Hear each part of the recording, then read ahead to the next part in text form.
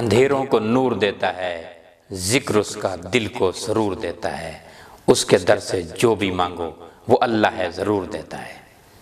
آج کا موضوع ارجن کی چھال پر ہے۔ ارجن کے درخت کے اتنے فائدے ہیں، منہ کے کیل مہاسوں کے لیے اس کا لیپ بنایا جائے دودھ میں ڈال کے، ہلدی ملا کے، تو یہ بہت مفید ہے۔ جریان خون کے لیے اس کا جوشاندہ استعمال کیا جائے یا اس کا دودھ استعمال کیا جائے تو خون کے جریان کے لیے پیشاب کے ذریعے جو خون آتا ہے وہ ختم ہو جائے گا۔ دستوں کے لیے اس کا جوشاندہ استعمال کیا جائے تو خونی دست، پیچس، ڈیسنٹری کے لیے، اسہال کے لیے بہت ہی مفید ہے۔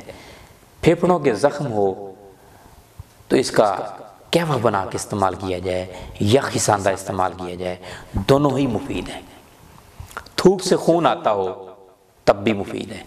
پیاس اگر زیادہ لگتی ہو تو ارجن کی چھال کی چائے بنا کے استعمال کی جائے، یا ارجن کو جو ہے مٹکے کے پانی میں ڈال کے رکھا جائے اور وہی پانی سارا دن پیا جائے، پانی بھی لذیذ ہوگا اور پیاس بھی آپ کو زیادہ نہیں لگے گی۔